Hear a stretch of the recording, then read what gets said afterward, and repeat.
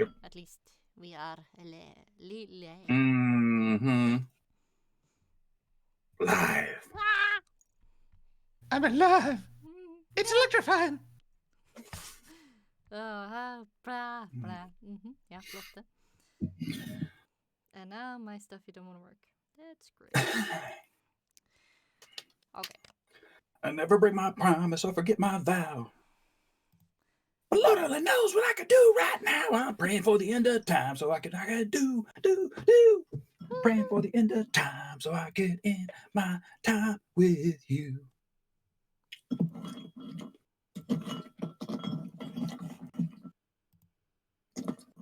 Okay, we are live, but no people, so we can continue to skedoodle around. No peoples. No peoples. No peoples. Oh. It says 3 viewers, which mean us 3. Yay. Yay. Yay. Woo. Yes. Yee. Just chatting. Yee. Yeah, just us. Yee. Well, give it just a minute. We only Give it a just minute. started. We just started. I just got here. Yes. Did you Twitter this so we can actually retweet it? Yeah, it should be up and going. Okay, let me double check here. Yes. Yeah. Let's see here. Oh, I got 7 people now. Woo! Hello, people! Woo! Hello, peoples. Yes. Let me retweet that. Tweet. Yes. And I have also tweeted. Thank you. Tweedledee.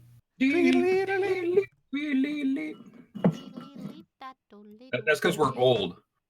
We know that song. That's right. We know the classics. Meh. Meh. Though I always laugh at a joke. Character is impersonating is basically Mr. Burns, and he's hearing "Ode to Joy."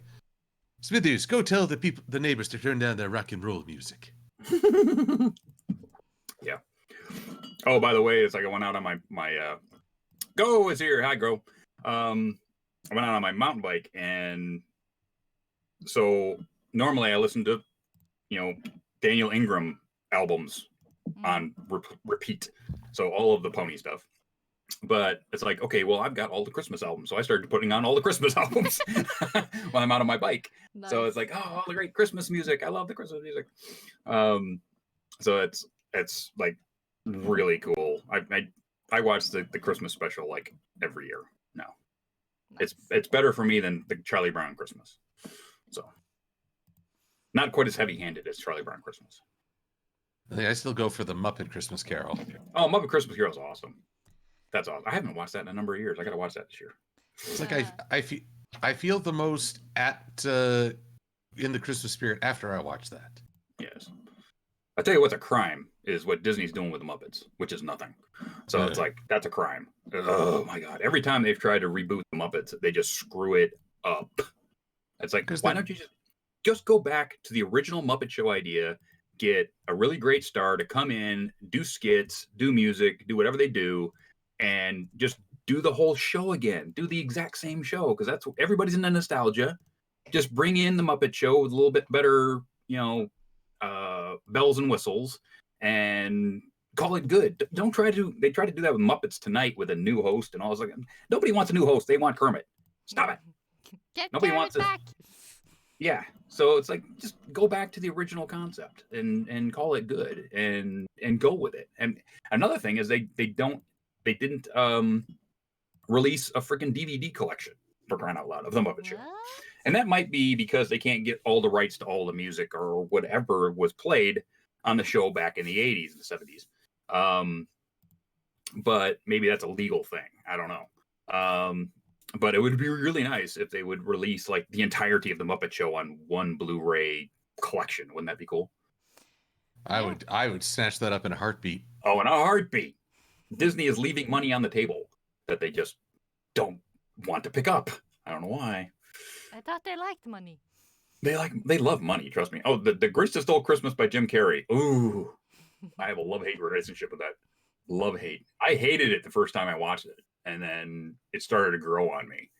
And it's like, okay, it is what it is. It's sort of like when what's his name did The Cat in the Hat, which is still a horrible movie. Yeah. Yeah, where's Antony, by the way? He may be asleep. He may be sleeping. For all we know. He keeps a unique schedule. Yeah, Mike Myers. Yeah, that was Mike Myers. Yeah, he did. Rainbow Who's this?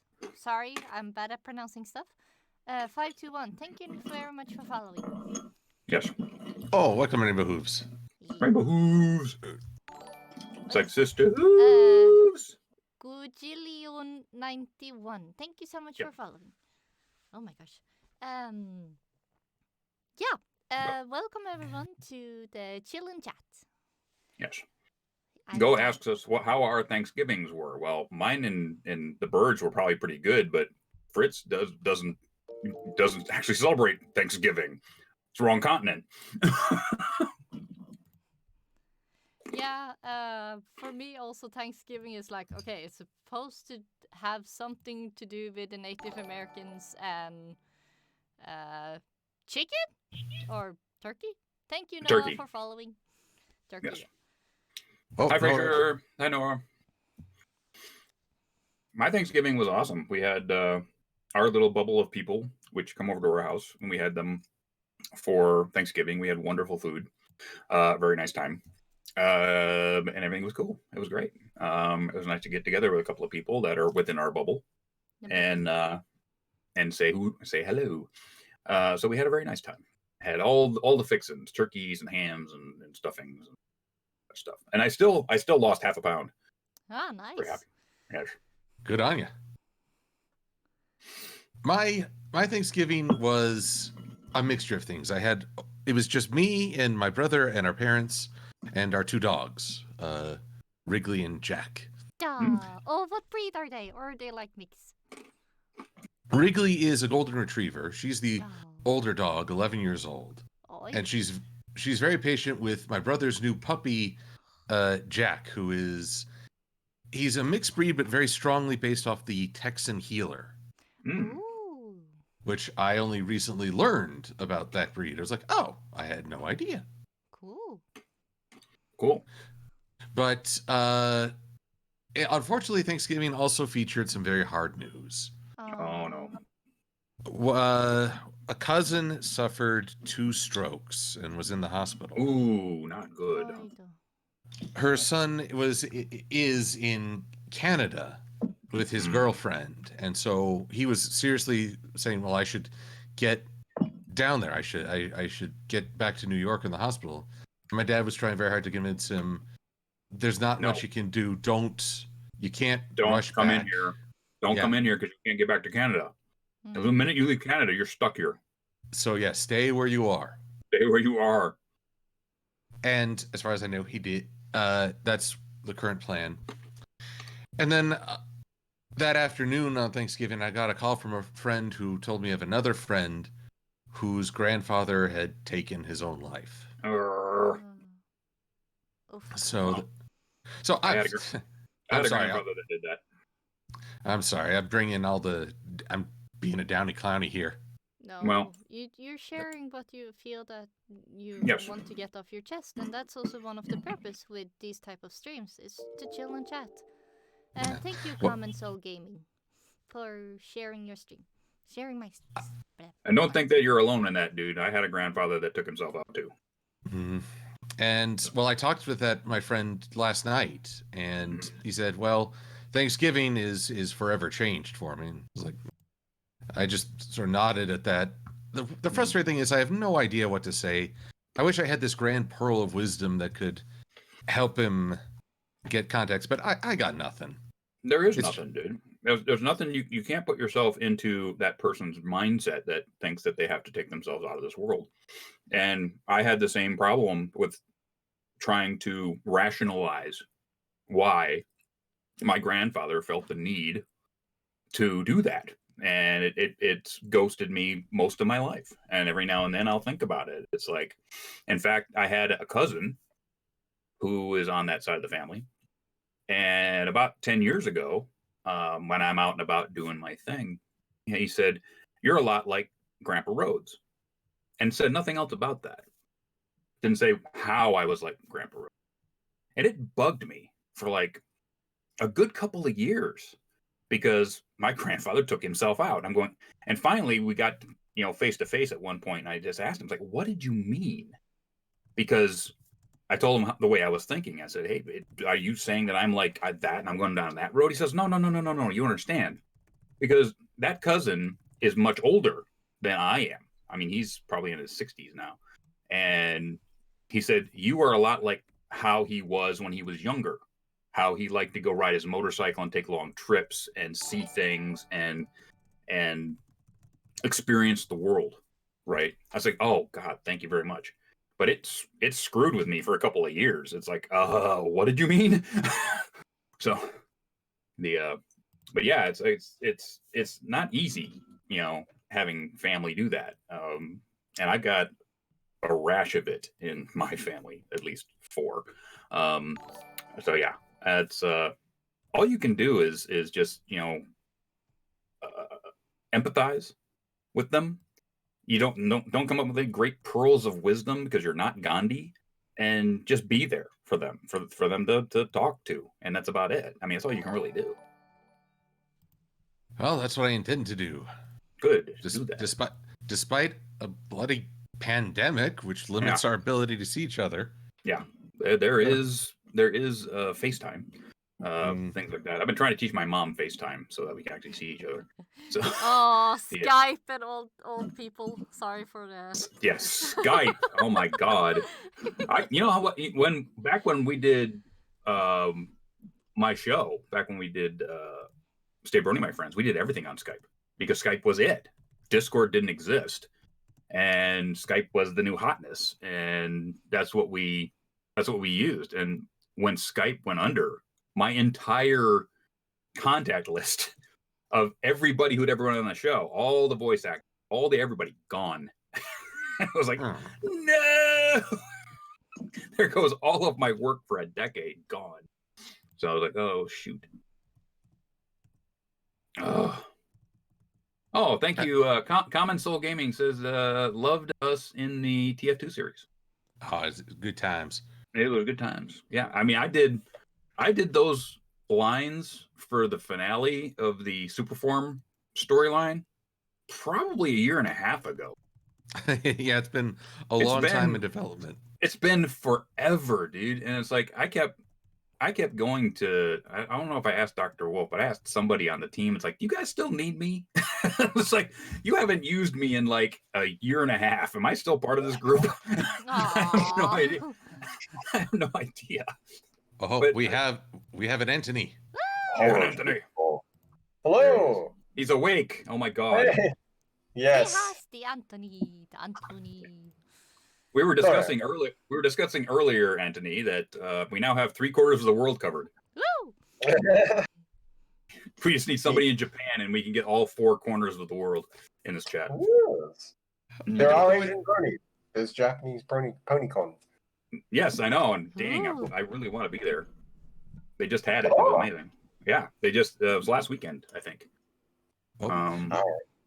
Chris, we have a message from Blue Pancone saying your mic volume is low. Is my mic volume low? I just turned it up. Is it better now? It's good for me now. Yeah. I can hear you just fine, but I'm hearing you through the Discord. Potatoes. Yeah. Potato? Potatoes. Sweet or au gratin?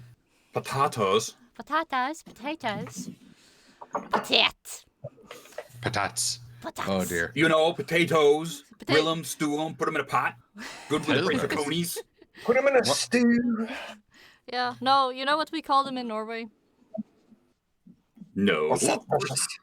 Earth apple. Earth apple. Oh, that's right. I knew that. I knew that. What? Yes. As soon as you said eat, I went earth apple. Oh my God. How do I know that? Because the Vikings also called it that. I think that's it. The Vikings called them that. And I did a lot of research on Viking culture back when I was doing SCA work and stuff. So, yeah. Honestly, that sounds like a Earth Angel parody, a love ballad to produce. Earth apple, Earth apple. won't you be mine? Oh yeah, we could write a song like right now. Yeah. Just you two guys singing the main stuff and me and Anthony in the background doing like, ooh. Earth apple, won't you be mine? Yeah. I thought it was like one thing. Earth apple. It's the strangest little thing. Yes. Pull out a little Frank Sinatra, you know. Earth apple. All that kind of stuff. But anyway, let's get back to ponies. Pun! The puns! The puns. Oh, pony. Oh, pony! How you've dissed us. You gave us pony life and nothing more. God. Oh no! Nobody likes the pony life. Oh, dude. Oh boy, here we go. You know, Yeah, I've kept my mouth pretty much shut about pony life, but I can't anymore because the season's over, and I kept waiting for it to get better and waiting for it to get better and waiting for it to get better, and it never did. And then the whole fantastic thing, it's like, what the bloody blue blazes? Who wrote this? And now it's going to have a season 2? What? Why don't you put those people on the movie or MLP 5? Just stop, okay? You're trying, and the crazy thing is that Ralph, the agent, who's a friend of mine, says, "Oh wait, the writing's awesome. You're gonna love it." And it's like, what? Yeah, but excuse I you? I never got it. I mean, I really didn't. And I tried. I watched it a number of times, but I never got it. And it's like, I guess it's just not for me, or it's for the kids who are into iPads and all this other kind of stuff. And that was another weird thing, is like they brought all the technology in when this is supposed to be a fantasy show. You've got unicorns and Pegasi and all this kind of stuff. Why do they have cell phones and iPads, right? Why are they charging their iPad from a cloud? Why, this is a mishmash of stupid. And if you're going to be so far away from G4, why use the main 6 in the first place? Because you're alienating these people. They want to make sure they have a job. Well, you're alienating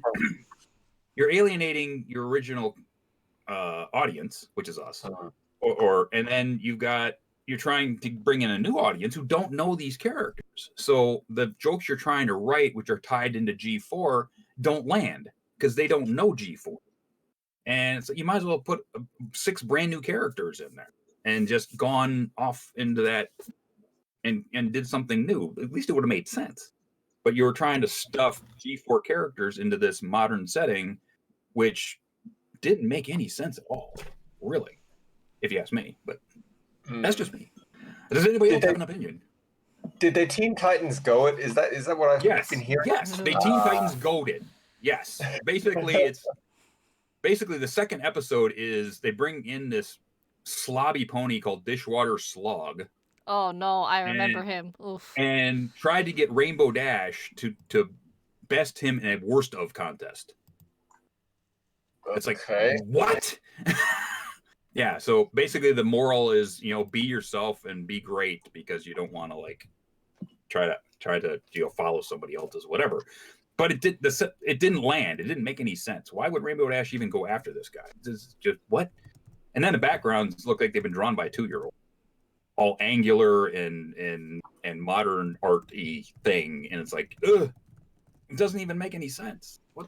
There's no sense here. And the only way I could make sense of the whole thing, and we discussed this in the pre-show, is that the only way I can make sense of it is this is the inside of Pinkie Pie's brain. This is how Pinkie Pie sees the world, and how she sees her friends, because it's the main 6 turned up to 12, right? And basically it's the worst aspects of all the ponies turned all the way up, and it's like, this makes no sense, and the jokes didn't land half the time, and it's like, what? Why? And then they're going to give it a second season? What? I just can't wait for G5.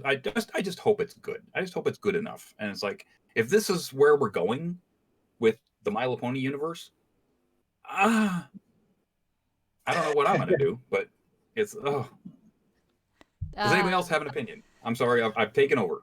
I actually have one if it's okay. Go for it. Your it show. was yeah, but still. Okay, focus. As most of you guys know, Silver Quill did an amazing and very entertaining after the facts on this very show. And one of the things that I commented about it was that they made them cartoon characters instead of full 3D dimensional characters. That they basically took away things like the negative traits of the personalities, like Fluttershy's real levels of shyness or the seriousness of Twilight and Applejack, just to give examples. So they made them less human-ish characters and more cartoon characters. So for making it a more fun, silly show to fit the style, that for the series they succeeded, a more cartoon version of the characters, but the same character nonetheless. If you are able to see past that they're missing the human parts of themselves. Well, in my case, I have seen the whole series, and I guess the lack of an impact it made. It's not like I ever said, "Oh, wow, this gives me a whole new appreciation for this character." No, that did not happen. No. I will say there was one point I've seen fans make with Fluttershy, she being my fave. Even though the Fluttershy arc of this series was probably my least favorite presentation. They said the argument was this Fluttershy doesn't fall into the same trappings of being so self-sabotaging, that she's not simply, oh, I want to do this, but I'm so shy. Now they like that. Okay, they being very nebulous. Some fans really like that she is driven in this, but I dislike that because she's given up her kindness. She's given up everything that made her a gentle, kind soul to pursue this goal with a character who is actually kind of a jerk.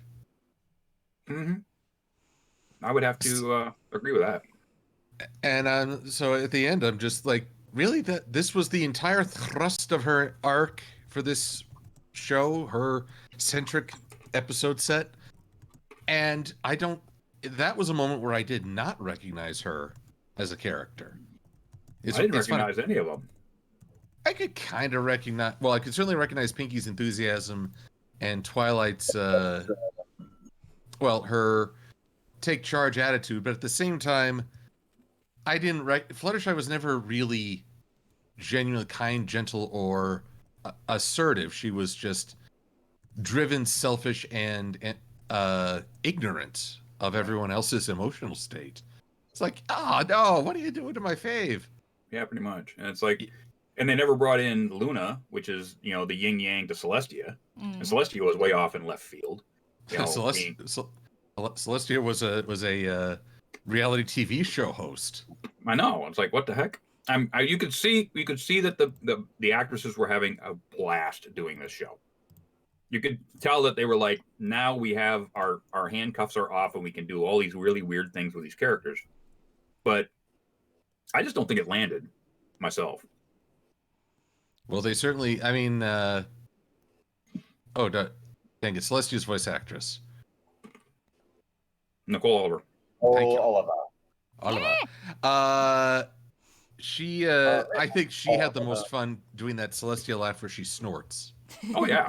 I mean, having to be this regal, dignified pony, and now you just have the permission to go. Here's the thing: if they bring in season 2 and they ruin Princess Luna, I don't think I would ever,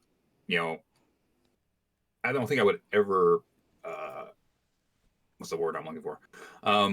Forgive them. I don't think I'd ever forgive them for ruining Luna. What about you, Anthony? What do you think? Of Pony Life? Yeah. I haven't seen much of it. So I actually honestly looked at it and I thought, okay, that's enough. I'm good. Well, there you go. There is Anthony's opinion. That's enough. That's enough. That's it. I'm good. Looking it up now, actually, it's an Irish-American animated children's television series based on Hasbro's My Little Pony. Irish-American. It's made by a completely different company. So yes, Golden Media Limited. Yep. And Entertainment One. Each episode is only 11 minutes long. It's more comedic, slice of life narratives.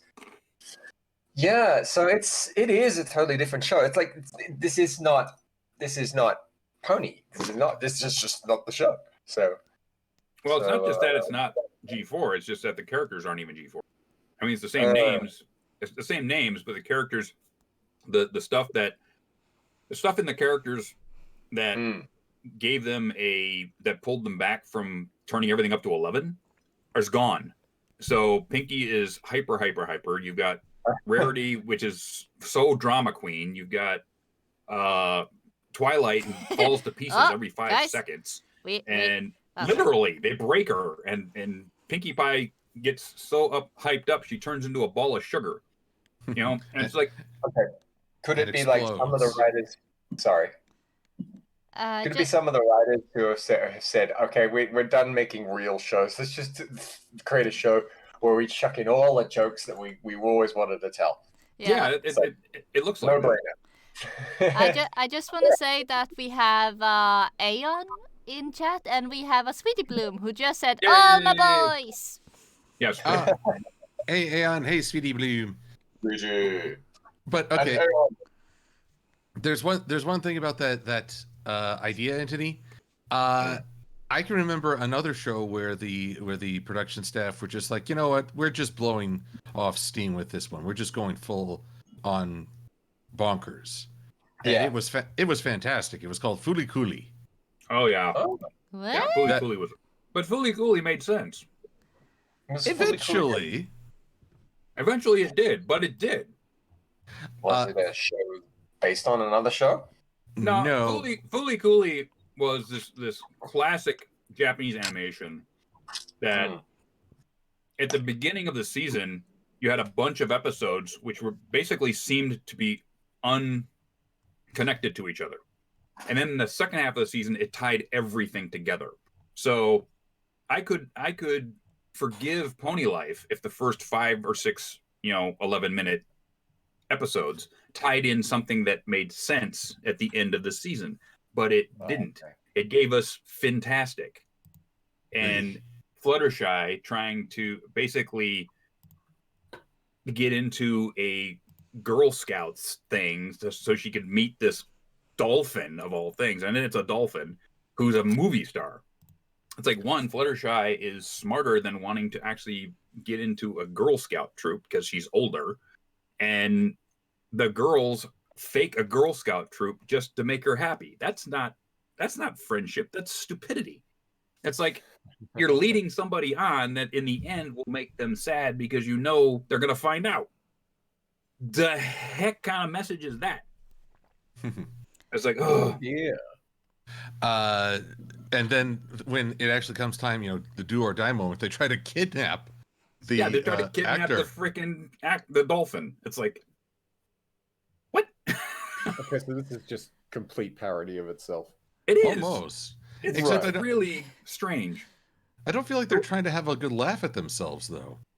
They're just sort of like, let's just be bonkers. Yeah. Now, well, if you're just gonna be bonkers, you might as well been Animaniacs.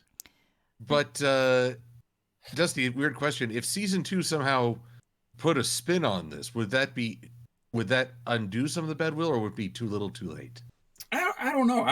I am an open-minded person. I will watch it, right? I don't ever, poo-poo something unless I've seen it myself and I can make an informed decision. So that's why I watched all of Pony Life. It's like, okay, I was waiting for it to make sense, and then it didn't. And it's like, this isn't good to me. I mean, it might be to other people, and that's fine. It's just not to me. So if season 2 comes out and it has some more sense made to it, and then they can either go one of two ways. One, they can turn the screw up to 21 instead of 11 and just throw everything out the window and make it Animaniacs, or they can pull it back to 6 and make sense from beginning to end. And either would make me happy, but what they put out was sort of like they didn't push it far enough and they didn't pull it back.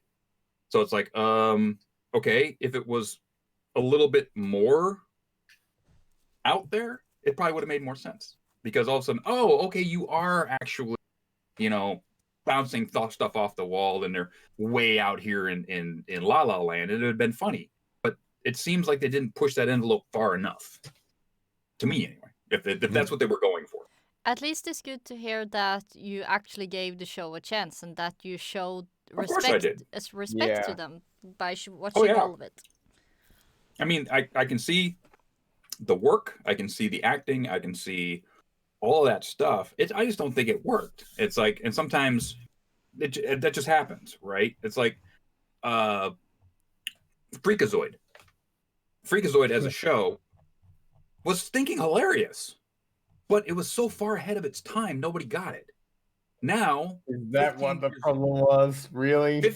15 years later, it's hilarious, and people get it because now we're so deeply entrenched in internet culture that back in the 90s, those internet jokes didn't land because maybe 10% of Americans were in the internet culture. Now almost everybody is. So now you've got a show that's hilarious with, historic cues of jokes, and everybody gets it now. But back then, nobody got it. I thought it was hilarious because I was in internet culture. I was going, this is freaking a great show, and nobody got it. Freak I'm me. gonna have to give that show another shot because I did not like that show. Oh, dude, Freakazoid is amazing. It's like if you was pre-internet. Again, Freakazoid is way out there. You gotta okay, it's freaky. It's like as long as you know Freakazoid is gonna be way out there on the edge of comedy, it's hilarious. So it's and using the internet culture of the day, now that everybody's in it, it's freaking funny. So I like this theme tune. Freakazoid, Freakazoid. Hopes to make a movie deal. Freakazoid. Yeah. All right. So I'm looking up all of the writers. I have an IMDb tab for every single writer on Pony Life. Oh, really? Well, None of them have done Pony before. No, Jillian Barrow was part of the writing group. I know that. I don't think she wrote an episode, but I think she was part of the writing. She was part of the writing summit. So I think, but she was the only writer who was from G4 that was part of it. Right. Because I think the new animation studio had its own group of people, writers, and their team, right? So I don't think anybody from the DHX team was going to be part of it. I mean, they'd been doing it for like 15 years, and they were done with it. They wanted to move on to a new project. So Jillian Barrow is a newish writer, and I'm sure that she wanted to help, and off she went. So I don't know how much she had to do with it, but I know that no, but she didn't write a particular episode, but I know she was part of the. So I don't know what she actually did, but I know that I've seen her name in the credits on one of the shows. Right. I don't know. Does anyone seen Littlest Pet Shop? Yes. I've missed that. I'm looking at the art styles, and it seems something similar. And the series creators at certainly the director. Yeah, there we are. The director Adrian Ignatz worked on Littlest Pet Shop before this. And it's like, maybe that's a clue. I didn't know that. No, so if anyone knows, good sleuthing there, Anthony. So wait, the director's name is Mr. Ignatz? Ignatz. Ignatz was a term my family uses for crazy or being silly. Yeah. But your family. My family. It's an inside family joke. I would say, hey, I just learned that there's a real Mr. Ignatz. Or not quite there. He's just shy. He made this great show. He made the show. It ticked off so many people. Oh, so many people. Actually, Noah 021 had asked us if we had seen the reboot of Animaniacs.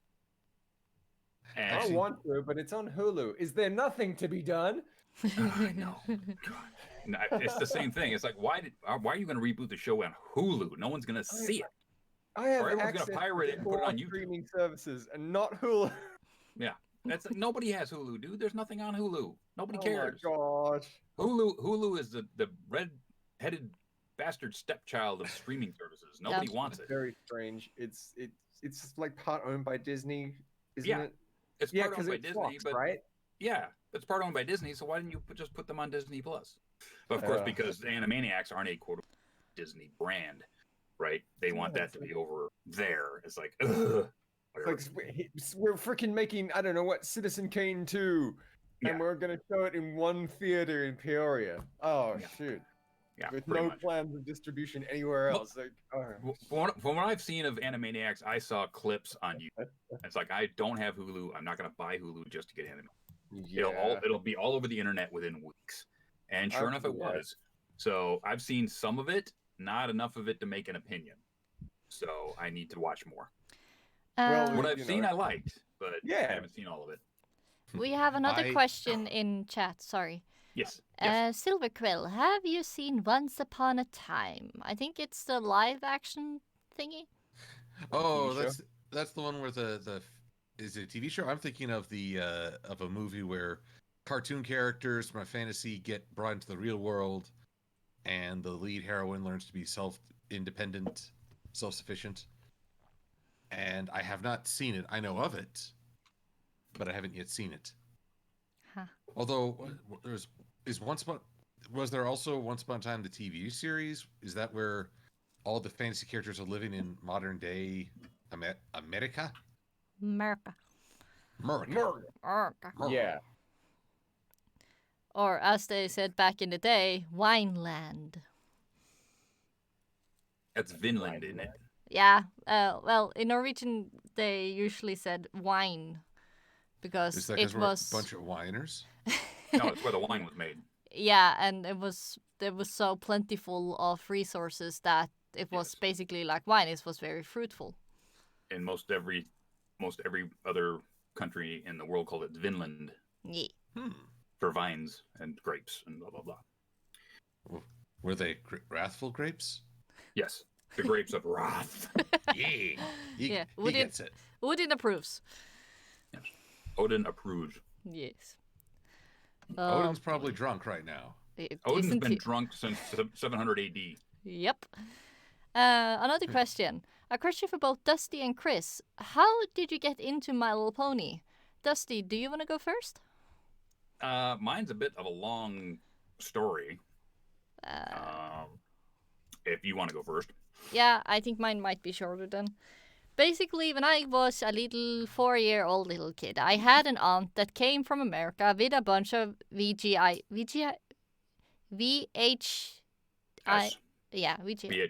Thank you.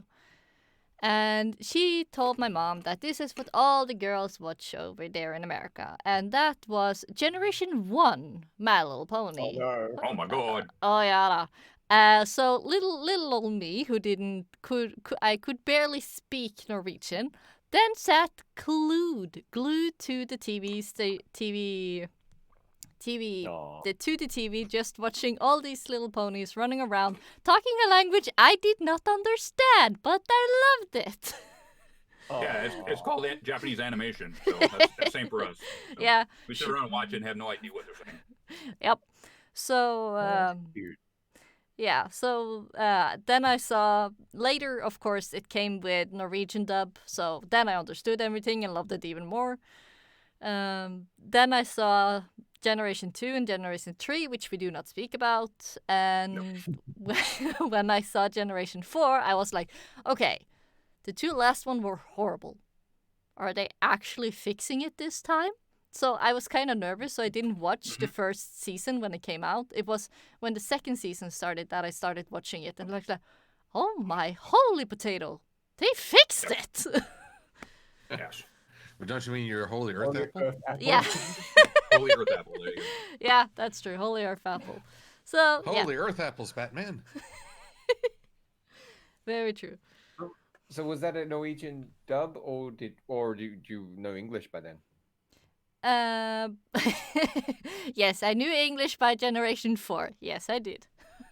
What got you into English? School? My family used to travel very much both when I was a kid and still nowadays. So I kind of heard English very much. Like half a year I heard English and half a year I heard Norwegian because they took so many vacation and traveled to family members across the earth. So, yeah. First time I left Norway, I was 3 months old. Yikes. Oh, wow. Yeah. I yelled all the airplane long, 8 hours. Yay. So, what about you, Dusty? Well, back in the day. How did you get into the English language? You know what? I was dropped on my head. So back season 1, right? Very early 2010. Well, actually, in 2009, I had moved out of California because I had basically run out of money with no job, and I had a friend in my industry, which is the motorcycle manufacturing of parts industry, with a manufacturing plant in Nevada, which is one state over. And he said, come over here, I'll give you a job and you can ride out, the recession that happened at that time in America. I said, okay. So I took my last $500 and drove all my stuff over to Nevada, and it's about 4.5 hours, 5 hours away from here. And because I had no money, nothing, right? I lived with him for 2 weeks until I got my first paycheck. And then he let me squat in a house he was trying to sell, which was never going to sell because it was in a very poor podunk town, and he wanted like $250,000 for this house on a hill. And it's like, no one's going to buy this thing, but he did let me crash in this house. So I had a bathroom, a bedroom, and the garage. I couldn't move into the house. It was basically squatting. And I did that for a year. Most of the year. And working at his plant, he immediately dropped us from 40 hours to 32 hours because recession. So there was no way to make enough money to move out of that situation. So basically, depression started coming on really, really hard. And I'm a clinical depression guy. I've been clinically depressed. I've been on drugs for it. I've done a bunch of stuff. So it was getting bad. But the thing that would save me is I would drive or ride my motorcycle 5 hours back to the San Francisco Bay Area to play D&D with my friends. And it was the only thing keeping me sane. So I would come back for a weekend, we'd play the game, I'd drive back and go back to work. And I'd do this every other week. So I came home, we were at the end of our game one evening, and all of my friends know we're all into the same thing, the same cartoons, the same whatever. So they sat me down at like 1 a.m. and said, you got to see this new show. It's like, okay, what is it? That's My Little Pony. I'm not watching that, but I would get it on and on and on. So I'm not watching that. He said, no, you're going to love it. And because I trust these guys so much, I said, okay, we'll watch the first episode. I'm thinking I will just watch the first episode, humor them, and I'll never think of it again. But it was the first half of course, the premiere, which is the first half of Nightmare Moon. And I said, well, we can't leave it there. What happens? Oh, you mean you're into it now? It's just 2 parts of the story. Play the second episode. So we watched the second episode. And then we watched every episode up to 7. And that was as many that was made at the time. And I said, and at that point, it was like 5 a.m. And I had to ride my motorcycle back to work the next day. And I was like, whoops. But we watched the whole thing. And I pretty much got hooked at that point. And then that was back in the days of digital recording. So they recorded everything so that every other week I could watch the show. Because I had no internet. I had nothing in this place. But in watching the show, it raised my spirits to the point where I was coming up on my 1-year anniversary of being at that place. And I would get a week's vacation pay. At the end of that time, I went into the guy and I said, look, thank you very much for the opportunity. This is not working out for me. And I need to go back to the Bay Area and get my shit together. And I just need that check so I can make my move. He said, oh, no problem, dude. Thank you very much. I know it didn't work out. We're still friends to this day. Yay. And I moved back to the Bay Area. I got myself a job selling Harley parts across the counter, and then started doing this and becoming the manliest brony in the world. Just by being silly and trying to do things on YouTube that everybody else was doing. then coming up with this funny character, and then coming up with this funny show, and just putting in the work, and just became the guy, I guess. And the rest is history. That's a thing I usually try or want to ask people who join streams, either if it is the chill and chat or if it is one of my Dr. Chris streams. I ask DustyKatt and AntonyC, whoever wants to go first. How did you end up with the OC that you have, and why is the OC what it is? Antony, you take it. Oh gosh. I originally drew a little thing for DeviantArt as my own thing when I didn't really understand. It's like, this is 2010, 2011 or something like that. And I was inspired. It's like, oh, okay, cool style. And it sucked. This little toothpastey, like, foal of a character thing. And I thought, well, I can't use that. Okay. I was just like making videos at the time, and I needed something to fill the gap. And I thought, well, I can't use that. So what is everyone else doing? Well, they're doing this Pony Creator thing, and I think, it's fine, I guess. Pony Creator's fine. But that was about the time that I think DHX had dumped a bunch of leaked assets into the world that no one shall speak of. We don't talk of the leaked assets anymore. Oh dear.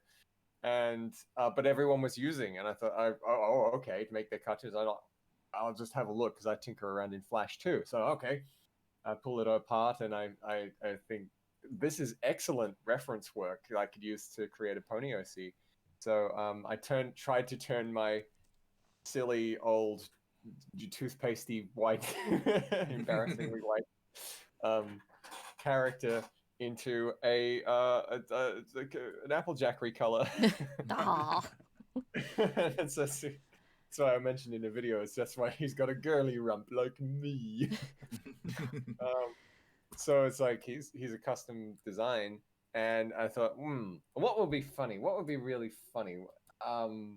Well, let me think. He's all about spectacle and fantasy and Hollywood and all that. So he's got Hollywood stars and a cutie mark. It's all about galaxy, because I'm into space stuff as well. Like, yeah, okay, fine. It's needlessly complicated for a cutie mark, but it looks cool to me. So, all right, so that's that character. And I thought, so what's he going to be? Is he going to be Earth Pony, Pegasus, Unicorn? There's tons of unicorns. There's some Alicorn OCs out there. I'm like, freaking yeah, man. I'm a magical unicorn. I'm an alicorn. I'm the best. I am. That's why he has to be an Earth Pony. Basically to break the mold, or Nice. He wants to be a magical creature, and he can't. He's got Earth Pony powers. Okay, awesome. So both the OC and the background of the OC and the cutie mark, awesome. Dusty. Yeah. For me, it was like, okay, again, Pony Creator. I think everybody was using it at the time, and I was thinking, okay, I don't want to be this pastel colored anything. I'm too manly for that. Too manly. So I picked a color of an actual horse. So basically, it's most are burnt orange. Really nice burnt orange color. I had black hair with silver accents at the time because I was getting older. And his tail hair is basically the Harley Davidson colors, which are orange and black. Yes, he dyes his silver. He dyes his tail. He dyes his tail. That's okay. And his cutie mark being crossed pistons is because I'm a professional mechanic. That's what I do for a living. Did for a living at the time. We put Dusty on a motorbike wherever we can. Yes, we do.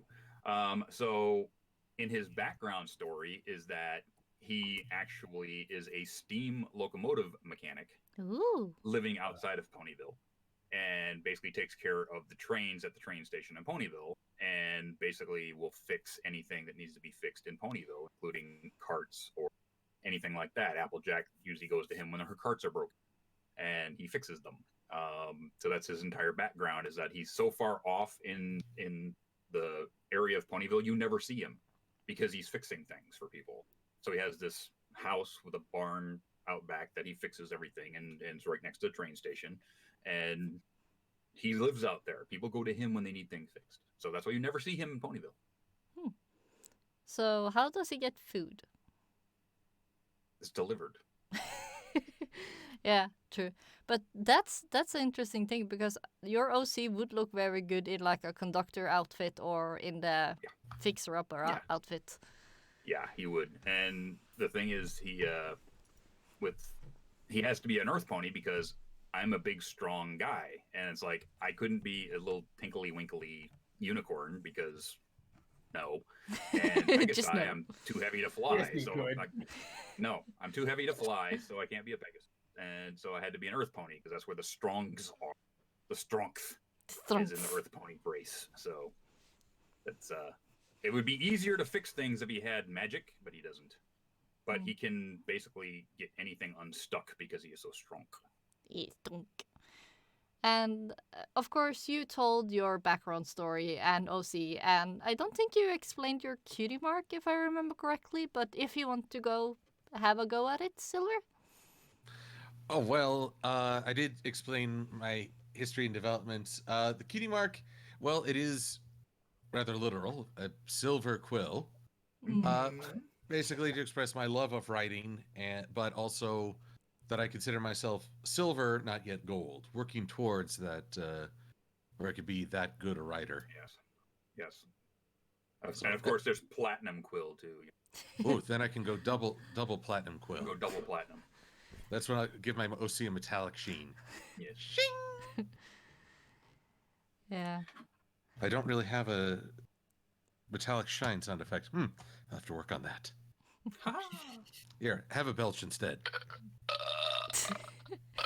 That's like a metallic sheen. To a T. I got somebody further up in the chat that asked, what were you guys' favorite moments in I can never pronounce it. Poop. The Punisher? No, the Pew Pew Bang Bang guys you did. Oh, TF2. Yeah, thank you. What was our favorite moments in TF2? Thank you, Triani. Just show. Well, the one of them where you were a villain. Yes. Oh, you know. I guess all the parts where AntonyC shows up.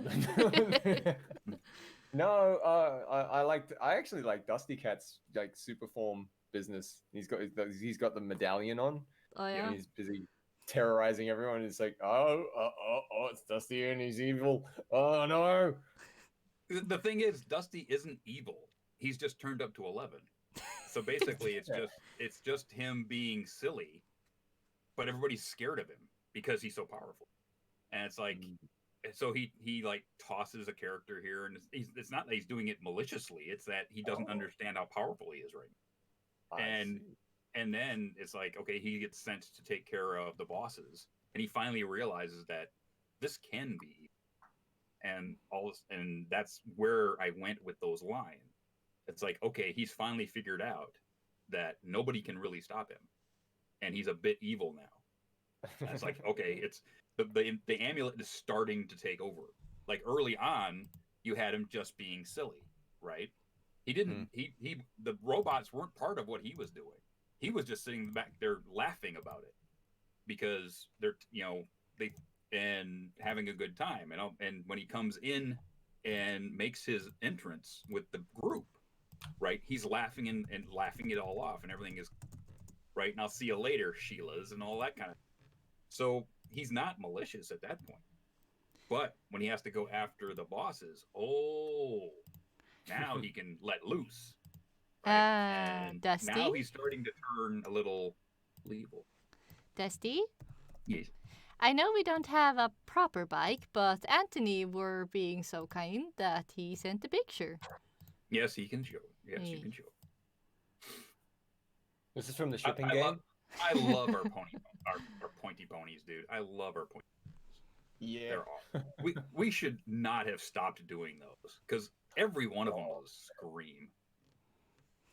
I went back and rewatched all of those like 6 months ago, and every time I watch them, they're hilarious.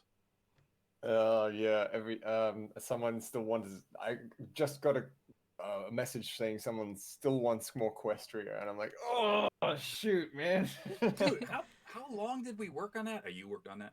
2.5 years. 2.5 years it took for that one episode to come out. It was supposed to be what, 5 episodes? No. You wouldn't be halfway through episode 3, right? Yeah, no. I need to it's one of those situations like, oh, I'm holding my head in my hands going, I really need to rethink my life. But it started with that Nightmare Nights thing, and that was like 2 weeks. 2 weeks, yeah. It'll be easy. Yeah. And the thing is that whole project was just amazing. That one, you pulled it off. 2, you got everybody together and had this overarching story that worked, and then it was just so much fun to play that goofy character, right? Because Dusty's a goof in that thing, and just having such a fun time with all these characters, and everything made sense, right? And the only one who really got it was Dr. Everybody else is sort of like, oh, this, that, and the other thing, and Wolf figures it out from the globes. I was like, oh, well, whatever, and I just get eaten by dragon. Night? I'm trying to. Yeah. Oh, is it? No. Yeah, But yeah, every one of the things we did was just, it came up to the next year, and I'm going, okay, well, when's Anthony gonna get a hold of me for the next Halloween? Right? We got to like April. I'm going, well, it's getting kind of late. It's like, why aren't we doing another Halloween? It's because we did it like 3 years in a row. Yeah, I really like those. I really hope you get one. Yeah, I even texted you telling you, I want another one. I hope you make one. Ah! Oh. Maybe someday. Well, we've got it set up because Baron Talltails came in the end of TF2. That's right. Which was, that freaked me out. I'm watching the thing going, well, I know I'm at the Talltails. Like, what? How did he get in here? Yeah. The TF2 community really kind of wants the Baron in there, and I'm like, what do you know what the Baron is, guys? You know what the Baron is? Actually, it would have been funnier if any one of us just out of the blue just said, "Hey, Baron, I can dig it." Just out of the blue, right? It's like inside joke. If you've seen the rest of them, you knew what the joke was. But I just kept waiting for somebody to say it, and it didn't happen. I was like, "Damn!" Yeah, the pony fans, they'd love it. Well, it was, even if it was like from the other end of Tartarus, and somebody like way in the background goes, "Hey, Baron, I can dig it." And both of the characters look at the camera and then look back and do their scene. It's like, what? So yeah, I think what now? Yeah, very many people are looking forward to see more of the Baron and all these funny fanatics. But would it be alright if I did like a Halloween 3 and there's no Baron in it? It has to be the Baron. Yes, we have to has the Baron. It's not Halloween without the Baron. Can we has the Baron? Can we has the Baron? Yes, can we has the Baron, Anthony? Can we has the Baron? That's the new meme. Can we has the Baron? Kill the internet lead speaker and you can dunk it. And the crazy thing is that he's a character from a game show or a game that's from Australia that nobody else knows. Nobody else knew anything about this game. You actually had to explain it to us while we were doing it. It's like, well, this is how the game goes, and blah, blah, blah, blah. It's like, this sounds awesome. It's like, all of a sudden, it's like, well, there's a big explanation about this Baron, and it's like, then Baron becomes the biggest freaking character in the whole goddamn thing, and nobody knows where it came from. Ta-da! That's right, the board game. It's a board game in Australia. Is it only Australia? I think it's in Australia. I've never heard of it before. Yeah, it was big here. Our attention, I was like, what is this? And then at the end, it's the CMC playing a board game. It's brilliant. Freaking brilliant. We have a question. Oh, it is. Dusty. Dusty, sorry. Go on. Go ahead. Sorry. All right. Sorry. Dusty, you are seemingly the picture of definition of manly. Were you in the military? Okay. Nope. MB Ninja asks. Nope. My grandfather, my mother's dad, was in the Navy in World War II. He was on a destroyer in the Pacific. Made it out. Had a really great life. Everything was cool. My twin brother was in the Navy before Afghanistan won, or the Saudi Arabian conflict won. He was on the command ship of the entire Middle Eastern fleet as a sailor, and there are some stories from there I cannot tell in polite company. That's understandable. And then my uncle Joe, my mom's brother, was also in the Navy. He was a Navy medic and ended up being the head of all paramedics in the Warren Fire Department in Michigan. Wonderful man. Don't have him tell you a joke because they're from the Navy. So 3 Navy, and I had a second cousin who was an Army medic in Vietnam. And I think that's it. Good deal right there. Yeah. You have a twin brother? I was waiting for it. Yes, I do. Fraternal. He lives back in Ohio. We haven't talked to each other very much because reasons. Family things. Pretty much he went off, he got out of the Navy, and the Navy didn't straighten. We were hoping the Navy would straighten him out when he went in, and he came out even more messed up and just went down a bad road. I stopped communicating with him for probably a decade. And every time he came to me, he needed something, which was, okay, you could just contact me. And I just, at one point, he pulled something so seriously bad that I just told him, don't ever call me again. Don't ever talk to me. Okay. But within the last couple of years, he's gotten some of his stuff figured out. And we've had light contact in text for the last 6 months, and it seems like it might go in a good direction. I keep my mind open to it, but he has a lot to apologize for, and he hasn't really done much of that yet. So I'm keeping the olive branch open, but he needs to get his doo-doo together. Yes. Yes. Yeah. So maybe a happier question. I think it was Noah who asked. He asked, what is your guys' favorite con experience on a convention? Like your favorite memory? Oh No. God. Triani was it? Sorry. Oh, Trinary. Yeah, Trinary. Trinary. He has that green alicorn zebra OC, I think. Yes. I know because I helped draw it at one point. He's a special person. I mean, he's iteration. special. He's a special. He's an alicorn. That's special. Yep. He's special. Yes, Triani, I know you're OC. I do follow you on Twitter. What was the question? Go for it, Quill. You haven't talked in a while. Oh, alrighty. Well, my convention memories are like my children's. I love them all. But there have been some truly wonderful convention experiences. I'll name 2. The first one was Pacific Pony Con. The last one, in fact, as that unfortunately it had to, I think, close its doors. I was at a panel talking about villains, and I'd given out some prints and a couple T-shirts from my booth. And right afterwards, this young lady comes up to me and she says, I was looking at this art piece, holds up the print, and I really wanted to buy it, but I just lost my job, and I was afraid I couldn't buy anything. And so, thank you so much for giving me this. And I just thought, oh my gosh, that seems way too serendipitous to just be coincidence. You know, if you ever wanted to believe that there was something else at play, I feel like that was it. So that was wonderful. And then at BronyCon, I think the second BronyCon I ever attended, or it might have been the first, we were having this get together, and this young man told me that collaboration I did with Dr. Wolf on Spike and speculating about his stories, that came out the day after his mother passed away, and it was the only thing that could get him to smile. And again, I just thought, oh my gosh. Oh, the hearts.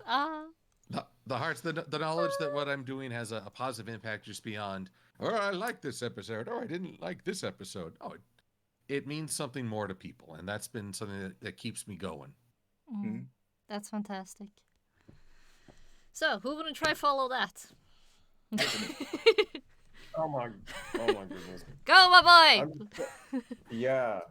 Oh. I haven't got anything quite like as noble as that. Oh, I did have one experience where, so I was in an elevator with some great, pony people, and we're all having a great time. Now this is somewhere on the east coast of Australia, like Gold Coast or Sunshine Coast or something like that. And first time I've ever been there, and we're having a great time, and everybody's just having a great time. We're all talking about it. And then a bunch of people quote something that I made, and I realized, oh, they're in this elevator with me because they watch my stuff. Like, whoa! Oh, okay, all right. And then they say goodbye. It's nice to know that you're not in actual real life that you're not so uptight. Like they said something like that. In real life, you're kind of chill. I'm like, oh, yeah. Oh, was that the impression I gave? I don't know. Anyway, like, okay, and it's like a big, massive reality hit me. I'm like, oh, well, that's really sweet, actually. Yeah. That was the same PonyCon where I found a kid doing Silver Quill cosplay. I'm like, Silver Quill cosplay, not pony like from the show. This isn't like a hippogriff from the show or a griffin or something. No, this is actually Silver Quill cosplay. Like, oh, yes. All right, I'm gonna have to take a picture of this. Send it to Silver Quill. So yeah, so many sweet people, so many sweet memories. Yeah, that stuck out. Amazing. I think for me, it's the one that always sticks out, and I've told this story a number of times. But the best one that stuck with me is that the BronyCon in Secaucus, New Jersey, which is the first BronyCon I ever went to, the first Brony convention at all I ever went to. This was just after I started the Stay Brony My Friend show. So people kind of knew me. So I'm walking around. It's all new to me that people know who I am. I'm like, okay, and because we were as Everfree Network, we were actually broadcasting the show. So I would be on camera every now and then doing some hosting stuff and like that. But I go walking in this huge building was like cut off by a huge curtain, right? And you had that side had all the panels and this side had all the dealers. And it was just this huge freaking open room, which had all these curtains between, breaking stuff up.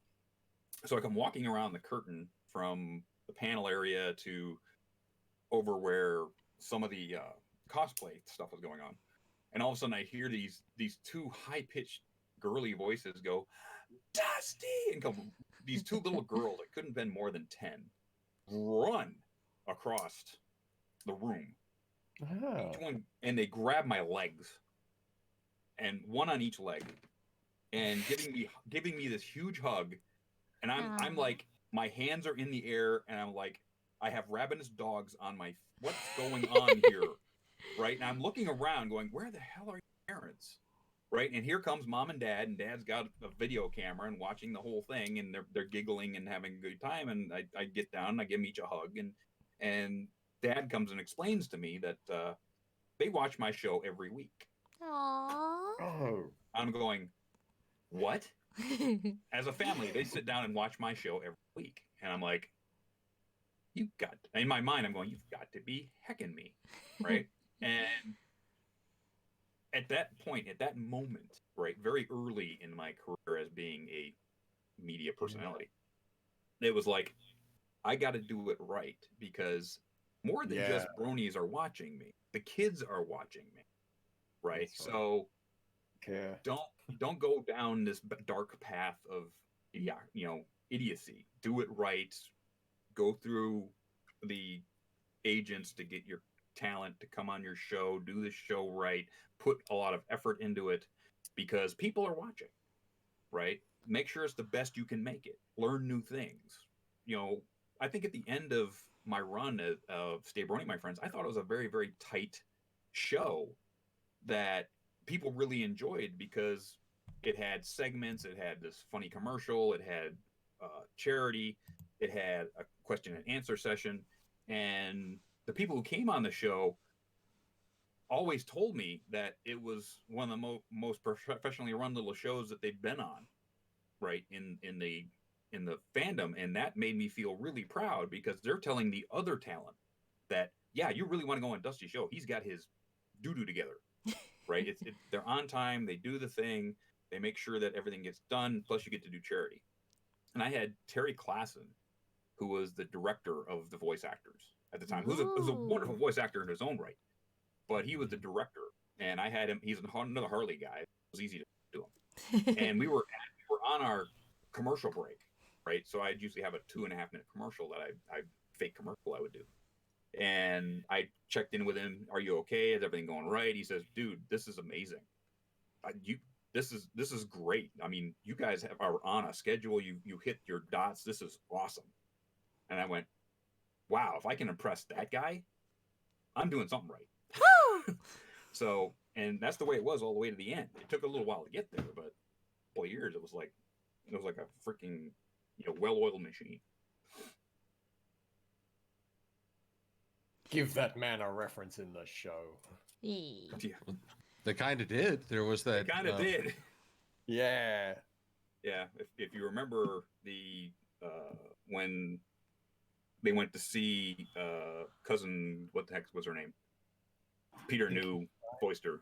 No, the ancient pony who held the Apple family history. Orchard Blossom, was it? No, Orchard Blossom was Big Mac's alter ego. This was cousin Goldie Delicious. Goldie Delicious. They went to see Goldie Delicious, and she was a cat lady. Yeah, and they went into her house to get the book, and all the cats basically jump away, but there's a cat made of dust sitting there. And she blows, and the dust cat gets blown away, and she grabs the book and leaves. Oh yeah. And my phone blew up. Oh, look, you. It's like, no, I'm going, no. It's just a dust joke, right? It's just, they aren't going to do that. It's just a joke with dust in it. It's nothing to do with me or any of that stuff. And sure enough, 3 or 4 months later, it came up in a conversation, and I texted, what's his name? One of the executive producers at the time.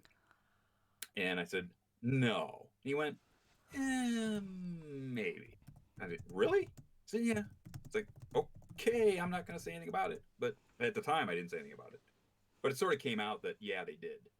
And it was like, it's sort of a little ha-ha, nod, wink, nudge, nudge to me. And I was like, and that made me feel really cool. It's like, okay, I've made enough of an impact in, a fandom that people who are working on the show know who I am.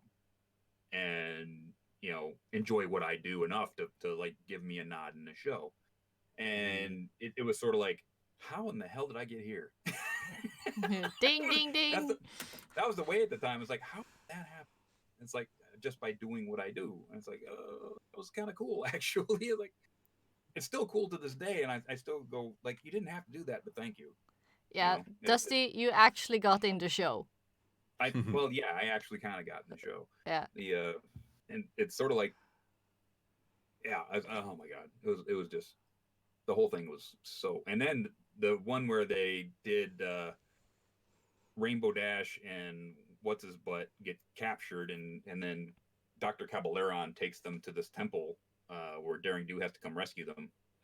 One of the new bad guy ponies that were the hench ponies to Dr. Cabaleron looked kind of like me. Yeah, he had your mustache. Yeah, people lost their minds again. It's like, oh, they finally put you in. It's like, no.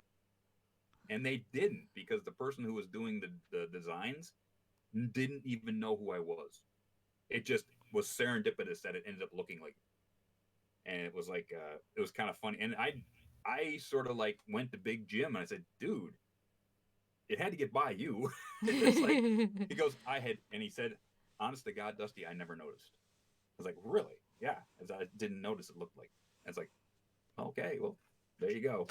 And I was at Galacon that weekend, and the episode came out on Saturday, and by Sunday, somebody had a plastic printer, and they plastic printed that character and gave it to me. Ah, Like, here you are, and I still have him. He's over there. He's in the case. So cakes.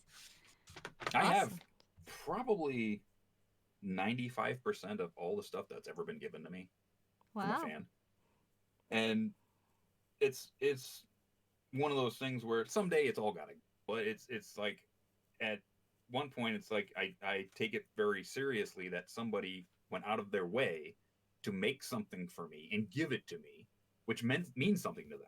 It's like, okay, well, I'm going to take that, and I have like a big folder of artwork that people have done of me, and there's a couple of things over here that people have made, and it's like that means something to them, so it means something to me, and it's one of the things that really, stuck that to me. I'm pretty sure that Quill and Antony would agree, that when you go and you meet, a hero or somebody like that, and they give you 5 or 10 minutes of their time, that means a lot to you. And I was at, I can't remember what convention, but it's what happened that sticks with me is that somebody, one of the voice actors, and I'm not going to say who, got something from a fan and was very nice to them and said thank you very much and all this stuff, and like at the end of the day she started handing the stuff out to her handler or whatever. It's like, you guys want this stuff, and I can see somebody who gets all that kind of stuff that doesn't want to lug it around, right? And it's like, oh, okay, and it sort of stuck me weird. It's like, okay, I would rather keep it and reminisce about it. But I guess when you're on that level, that is just stuff. Yeah, you get a lot of stuff. You've given the fan their moment, right? And but I'm sure a lot of these people who are really big would have like warehouses full of stuff that people have given them. I'm a small fry. I can keep the 100 or so things that people have given me. But it's kind of, it hit me kind of weird until later on when I started realizing the amount of things that they probably get. Yeah, I can see how that would be like a bit shocking, because at least like if you have space, take it with you home and appreciate it a little bit, Yeah. and then maybe give it, like if it is plushies or well, hopefully not hand-sewn plushies, but if it is plushies or something that kids would enjoy, like give it to kid hospitals or something. They will have a lot of good out of it. Mm-hmm. And apropos plushies, Sweetie Bloom asked, how are the plushies, Dusty? They are right over there. They're on my bed. They still have their yukatas on, which I got from Stinkin' One over in Japan. So yeah, they're over there. They give me a really back massage every night when I go to bed, and it's amazing. They're wonderful, wonderful. So, What are if these anybody, plushies of which you speak? well, when we were at Everfree Northwest 2 years ago, Silver, 2? Yes, it was. Yeah, 2 years. 2 years ago, a very well-known plushie maker had brought a bunch of plushies, and on Sunday they had 2 left, Aloe and Lotus, the spa ponies. Yeah. Beautiful pieces, and they wanted, what was a good price for them. It was a very fair price, and I took a picture of me holding them just to help them sell them through my Twitter channel. I said, somebody come buy these and save me from myself, is what I said. And then I put them back, and I thought, I'm helping this person sell these. Everything's great, right? It's the things I do. So we go along with the rest of the day, and there is I think 3/4 of the way through the day, there's a community guest meet and greet. So we all go upstairs and doing this thing, and I'm talking to Jessie at the time, and her partner at the time. His partner at the time. And all of a sudden, Quill comes in with this box. I don't think anything of it. Right, huge box. And he puts it down on a table. A few more minutes go along, and then he calls order to the room, and I'm going, what the heck are you doing? Order on the court.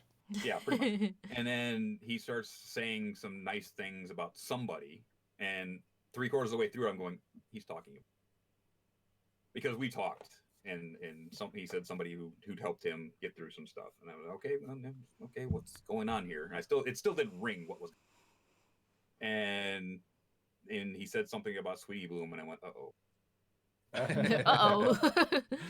And he said that he and Sweetie Bloom had gotten together and me a present, and it's in this box. And at that point, I noticed how big the box was. And I went up to the box, and I looked at Quill, and I said, and I quote, if what's in this box is in this box, I'm going to hurt you. I think I've seen the video of this. Yes. Yeah. It's giant. And I opened a flap, closed it again, and looked straight at him with that dusty look, like you are in such deep doo-doo. And I bolted from behind Fiona the Tank Girl. He bolted. Run! So I opened it up, and there's Aloe and Lotus in the box. And I had to basically say the same thing, the same story. And everybody went, oh, that's really great. And then people took pictures, and everything is great. And I don't have any room in my bags to take them home, which is one reason I didn't buy them. And so he was very kind. Silver mailed them to my house, very kindly. And they were here when I got home. Well, they were here a couple of days after. And I was so worried that they were going to get lost in the mail. Oh, my God. I was worried the same. They did show up. They've been living on my bed ever since. And they're over there right now looking at me and smiling and all. I have a decent collection of Aloe and Lotus stuff. Stuff I got from Europe, because when I went to Galacon a couple of years ago, 2018, I think. Europe loves other ponies. Like over here, we love the main six and Bon Bon, Lyra, and some in Derpy and all these other ones. Yeah, they like Derpy, but they love Aloe, Lotus, Daring Do, and a couple other ponies, which are huge over there. Over here, nobody thinks of them. But over there, woohoo! There was so much Aloe and Lotus stuff, I wanted to buy it all, but I couldn't. I bought, some really nice stuff. But it's like, oh my God, I wish I could get more, because there's not much out there for them. I've got the mini ponies, I got all kind of stuff. If they had a brushable, I'd buy them. But it's like, okay. I had somebody made me a couple of brushables, an Aloe and Lotus brushables. And gave them to me at one of the conventions, and I still have them. They're over there with the rest of the collection. Very, very cool stuff that they did for me, and I still have to get them both back for that at some point. You'll never see it coming. Yeah. Also, sorry. Finish, and I can say it afterwards. No, that's it. Okay. Very sweet. Sweetie Bloom says, did I ever pay you back for the shipping, Silver? I remember you being a pill about it, not letting me. You got me back! How did I get you back? Oh, that's right. I bought you a bed. Oh, yeah. Well, we'll just have to sleep on that information. Well, I have to sleep on that. Okay, well, I got you back, but Silver still hasn't gotten back. Oh, I'm in trouble. You're in double trouble, because Sweetie Bloom also has a pill to pick with you, apparently. Well, I don't know why everyone's mad at me for being nice. I'm a victim of circumstance. Brought upon all by yourself. Silver only pawn in game of life. Yes, he is. We have an Aeon back. Hello. Yay. Welcome back, Aeon.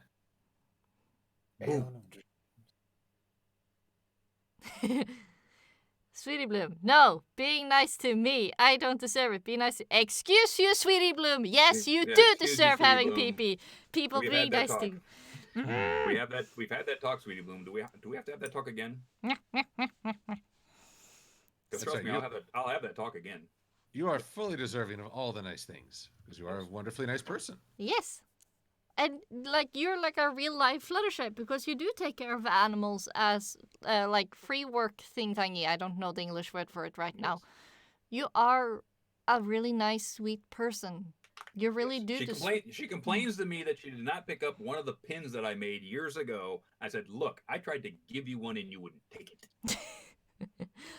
This is why you need to be a little sneaky. You know, like Pinkie Pie can be sneaky sometimes. Yes, I know. Yes, not selfish, but self-ish. I should be like the military. Take the back off the pin and stick it on her chest. Or, you know, sneak it into her bag when she's not looking. Back away. No, she'd lose it that way. So depends how well you put it in the bag. Stick it right to her chest. Stick it right to her chest. Right there. So maybe stickers? You know, maybe stickers. Stickers. I don't like making stickers. I don't like making because I came from the furry fan. And there was a time when everybody was making stickers, and then almost all the cons got kicked out of hotels. Because they would stick it because they'd put the stickers everywhere. And it's like, no. Never will I make stickers. And buttons, yes. Pins, yes. Art, yes. I will never make stickers. And they're not non-removable adhesives. Stickers. Yeah. Okay. Yes, you did take the Dusty plushie eventually, yes. Yes. But I gotta say, Sweetie Bloom, I know it's hard to accept stuff and accept help, but when friends do it with your respect and well-being in mind, we should at least try to just say thank you and appreciate it, and then be there if they need help later. Bingo. Yes. Well said. Yes.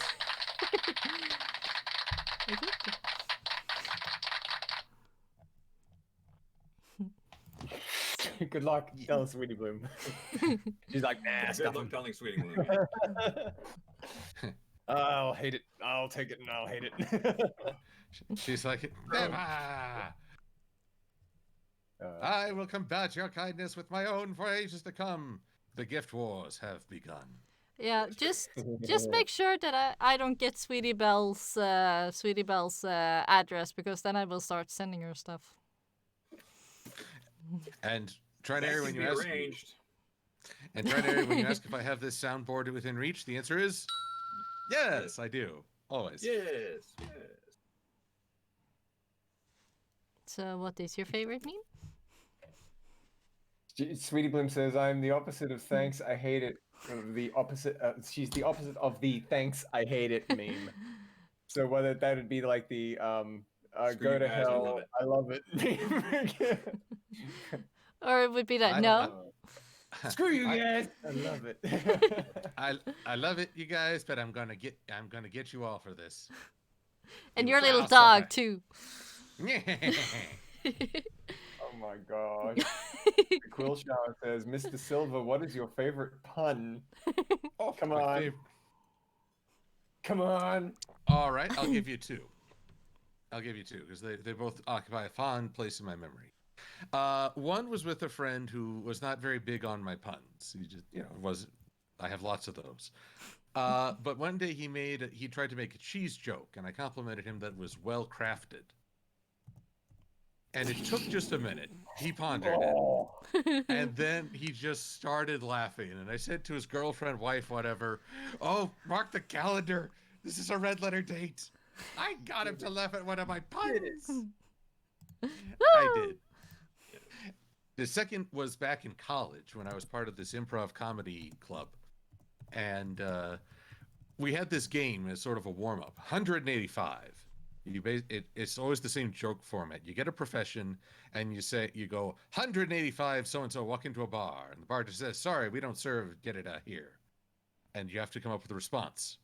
So the topic was phlebotomists, which I had to whisper over to one of the other performers. What's a phlebotomist? It's a person who takes your blood. So the joke went, 185 phlebotomists walk into a bar. Bartender says, "Sorry, we don't serve phlebotomists here." And the 185 phlebotomists say, "Oh, negative."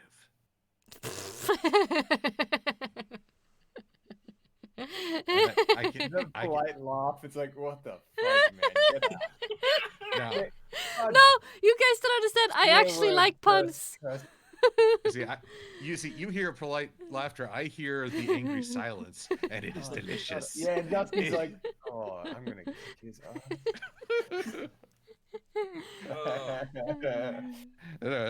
I'm gonna kick that guy right in the.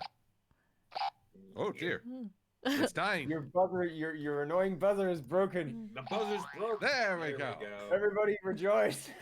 No. Oh, inwardly I was thinking, oh, my sound effects aren't working. Oh. If you're feeling, you're a little. See, this is the kind of high shelf quality comedy you guys all tuned in for. So It's gonna be sure. This is like Jackie Gleason on Conan O'Brien. This is top shelf stuff. But at least I'm not Triumph the Insult comic. Oh God. Silver Quill is the best reviewer. For me to poop on. For me to poop on. Yeah. What? There was a. Okay, the only way you would explain this, it probably never made Europe, but there was this little vinyl hand puppet of a dog that had a cigar in his mouth at all times. It was called Triumph the Insult Dog. And it was a comedy bit. So basically, the person who was performing as Triumph the dog, you could actually see half his forearm in the shot. That was part of the joke. So basically, somebody would say something, and he would come up with some pithy comment. At the end, he would say, "For me to poop on," because he's a dog. And it became a thing. T-shirts, memes, everywhere. And this was 10 years ago? Maybe more? Huh. Probably more. It's still a thing. So it's like, yeah. And it's the one comedy bit that every comedian wants to come up with some point in their life, right? Because it'll never die. They can live on that for their entire life. It's like Steve Martin saying, "I'm a wild and crazy guy." It's like he lives on that line for his entire life. He's been a very great comedian and a very great actor, but all he has to do is say that line and he makes $1 million. I don't understand how you make money out of it. I kind of understand the meme, the mimetic. Well, but the thing is, it made him famous enough that people brought him in as a stand-up comic, and all he had to do was say that line. His entire rest of it could stink, but if he said that line at the end of the show, he killed. So therefore, he's now this big stand-up comic because he came up with that when he was on Carson before he even made Saturday Night Live. So basically, that one line got him Saturday Night Live, which got him the opportunity to become Steve F. Martin as, you know, the comedian that he is today. And that it was that one bit that Steve F. Martin is the wild and crazy guy. Or Summer did 2021. I do get that. I do get that. That's another great BronyCon moment. And I know all my BronyCon moments are so selfish and I suck. But this is the one. It's like I was leaving BronyCon in 2017. So this is Baltimore. I say goodbye to everybody. Do a big group photograph, and then, okay, bye. And everyone's like, "Hey, Baron, I can dig it." And I'm like, you guys, you thrilled me. What was it that Dr. Wolf had to say? Freaking hilarious. What was it that Dr. Wolf? Shoot, I'm gonna... Hey? Sorry. What was it that Dr. Wolf had to say? Like, "I am a teacup" or something. I don't remember. Oh right, that was his original. Yeah, it's from some past encounter with the Baron in his long, deep, and mysterious past. He crossed swords with the Baron once before, played the game, and he had to do the "I'm a little teapot, short and stout. Here is my handle. Here is my side." Every time the Baron, hey, thrill me. The Baron is sort of like.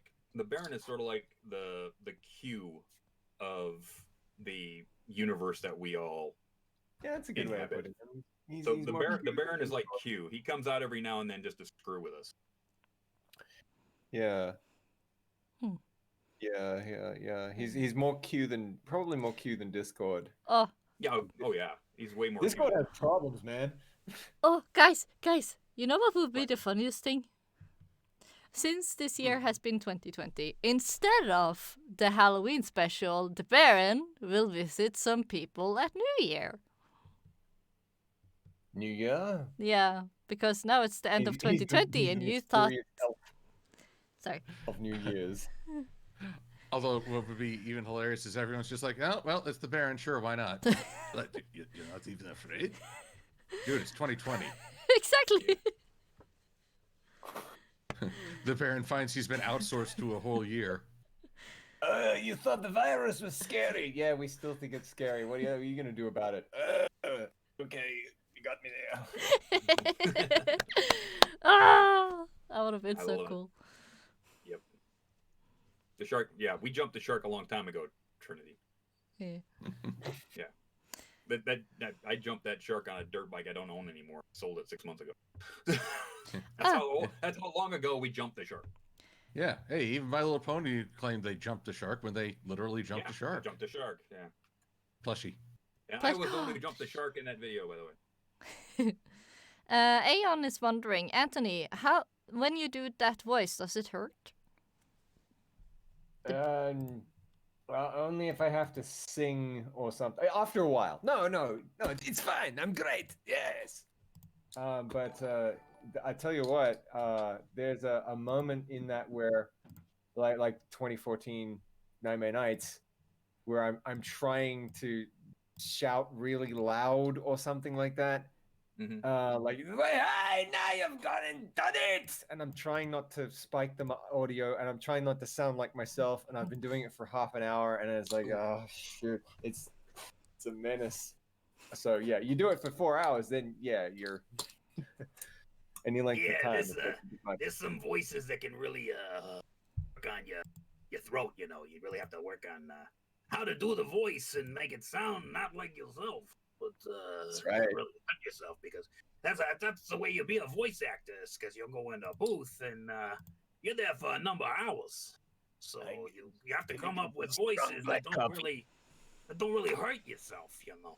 So not only are you acting like you're a dock worker down there in Manhattan, you have to make sure it goes on and on and on for about 4 hours, because then them directors, you know, he goes, "I'll do it again." No, I don't want to do it again because it's hurting my voice, you know.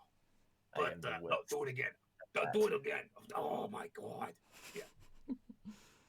Then you can actually lose your voice. Like here, Aaron Hansen was saying, like he was screaming for some video game role, and he's like, and then I lost my voice, and it was scary. It's the first time it ever happened.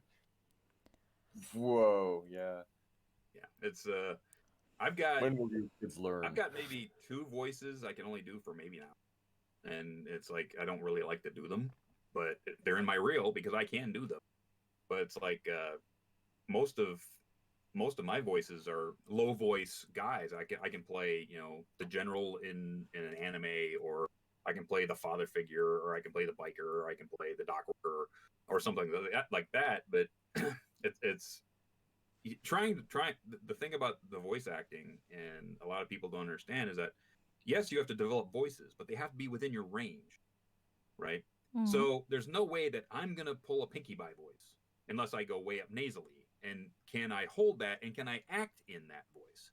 And that's the thing that a lot of people don't understand. Yeah, you can make a bunch of funny voices, but 1, can you hold it for 4 or 5 hours, and 2, can you act in it? Can you sing in it?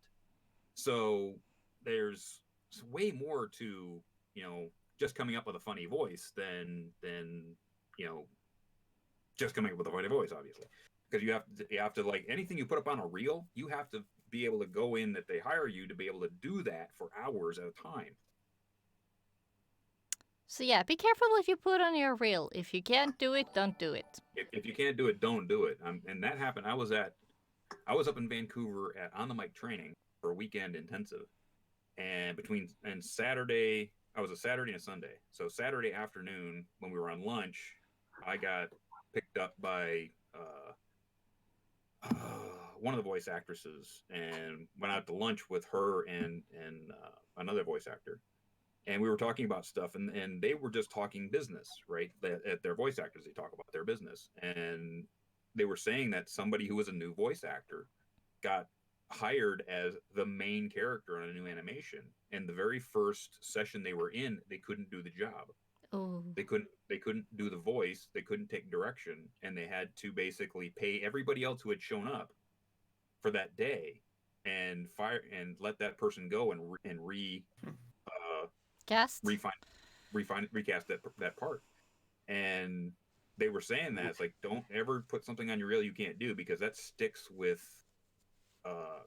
directors, and that sticks with animation houses, that if you can't do it and you come in and waste their time and their money, you're not going to get a second chance. Yep. At least not, directly. So it might take a while. So Do you hear about the guy who played Aladdin for Disney? Which one? No. What happened to him? Nothing really happened to him. He managed to get away with it, but he said he could sing, and he couldn't sing. Oh. So they had to get a stunt singer to come and sing for him. You and Alan make a musical, man, and you think you can sing? He just assumed he could. Well, I tell you what, if Disney can get Dwayne Johnson to sing, they can get anybody to sing. That's right. And Alan Menken's talking about this great interview where he's talking about the Hercules. You see, remember Hercules, and he's saying there was an actor in that could not sing at all, but we had him and he was great and he was in the role. And I won't say who it is. And you're trying to think, who's he talking about? There are like 4 people who sing in that movie, and he's like, but so we got him to kind of talk through it, talk like Jimmy Durante. You ever have a feeling that you wanted to go? And like Jimmy Durante, who sounds like Jimmy Durante? And Philoctetes. Oh, it has to be friggin' Danny DeVito. And I found an interview later on of someone asking Danny DeVito. He's like, you played Phil in the Disney movie. It's like, yeah, I did. Philoctetes, that was great. Yeah, it's like, and you sang, and he's like, did I? Well, it's like Discord's Glass of Water song, right? Discord's Glass of Water song is not singing. Okay, it's basically it's talking. It's talking in rhyme. So basically, it's really a version of rap. If you cut it back down to its base form, it's basically John Delancey doing a rap. Okay. And it's not really a sing; it's a rap with singing elements. But if you listen to rap of the day, way back when rap first came out, a lot of the lyrics were sung, but they were still emoted as a talk. So basically, Glass of Water is because John Delancey cannot sing. I've had that discussion with him, and I said, "Well, you sang that song?" He says, "No, not really. I didn't sing it. It was more like this." And I said, "Oh, okay. So that's how you did it." And basically, it's a rap, sort of like Q doing a rap. It's kind of neat. Apropos music stuff, Sweetie Bloom mentioned earlier. Remember when we were talking about doing a musical? Question mark? Oh, geez. That was Equestria, yeah. And I was probably going, no! Yes, you were. Silver's afraid, he's terrified. You sound fine. It's hard enough in any of these projects, TF2, any of these other ones, any of the things that we've done to just get people to get their lines in at all. Much less sing something. Yeah. And then have everybody be on key and on time. And then all of a sudden you have to cut all of these things together. Who's going to do that? And then if somebody's off key or their stuff is bad, then you have to go back. Could you re-sing this and fix this? And then you have to wait for it to come back again. Yeah. It's like not going to happen.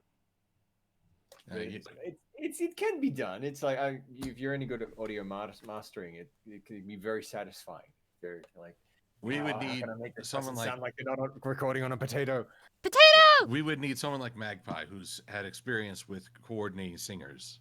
Oh, yeah. She does a great job with some of her stuff. Hell yeah. Excuse my French. Okay. Yeah, I'm still trying to figure out which song I'm going to sing for Christmas this year, because I got to get on that. Did you see the one I recommended? Yes, I did. Yes, yeah. I've taken all of those. But I'm trying to figure out, 1, can I get the karaoke version of the song? 2, will YouTube yank it? And 3, can I get an animator to animate the whole thing first place? So I'm trying to figure out which song I want to do. I'd love to do something from the My Little Pony Christmas albums, but I have no idea if you can get the karaokes of that music. I'm not sure if My Little Karaoke has done that. And if they did, then I need to talk to them and maybe get a copy. But there's a couple of songs on there I would really love to, because I did last year's. I did the Starlight Glimmer song, which I had lots of fun doing. That was amazing. Love that song. So it's like, okay, well, which one? I could do Applejack. I could do the Scat Spike song. That would be kind of fun. So it's like I'm just thinking, okay, which one will I do? I'm not sure yet. So But I gotta get on that soon. Yeah. Very much good luck with that. It's kind of interesting that Sweetie Bloom also is thinking of doing a song. Are any of you other guys thinking about doing songs for Christmas? I've tried before and it went terribly.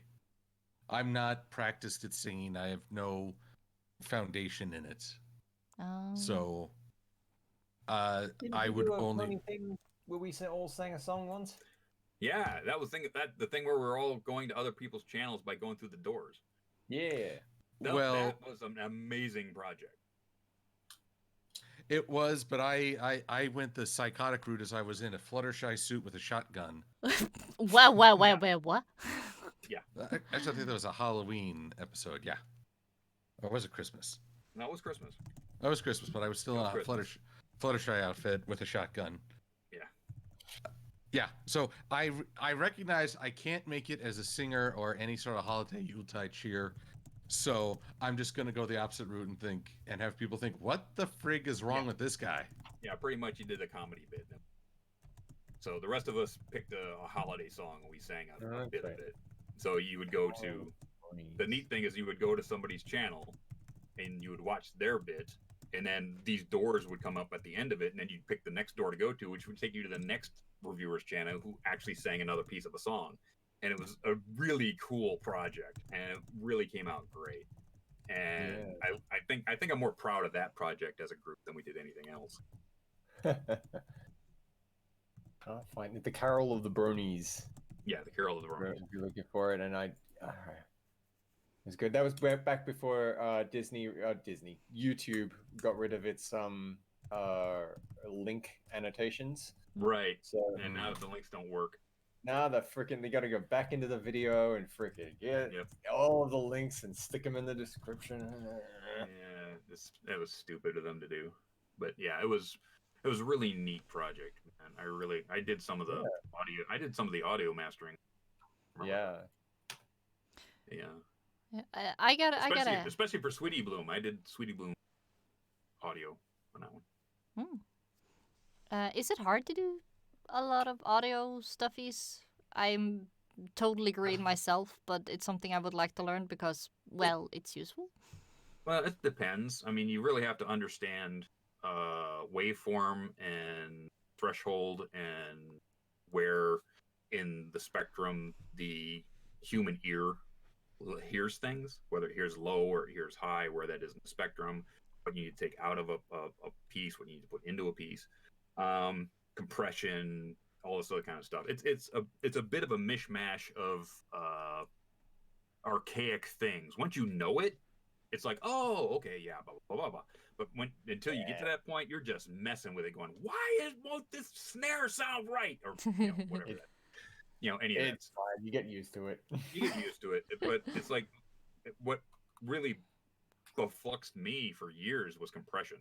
I just couldn't wrap my head around, what a compressor does or why it does what it does. So, and once I was doing audiobooks, I finally figured it out. It's like, oh. Okay. So what do they do? Basically, what it does is it takes anything that goes above whatever hertz in your channel and squashes it. So basically, if you have this really great take, but it basically pegs the meter at this one little point, you can basically put on a compressor, which will actually compress all of it down so that it does not peg. So basically, that's what a compressor does. So it's also it changes the overall sound of a take, depending on whether it's music or bass or whatever, and how much compression you put in it, and how much least compression you put in it, and where you can put the compression in the hertz spectrum will give you different sounds, or the way it will sound. So it's basically a black art. Anybody who really knows it can make a lot of money doing it, but it's like, because it's such a black art. People go to school for it for years, get 4-year degrees in this, because there's that much to learn about it. There used to be chunky boxes you'd stick in your studio.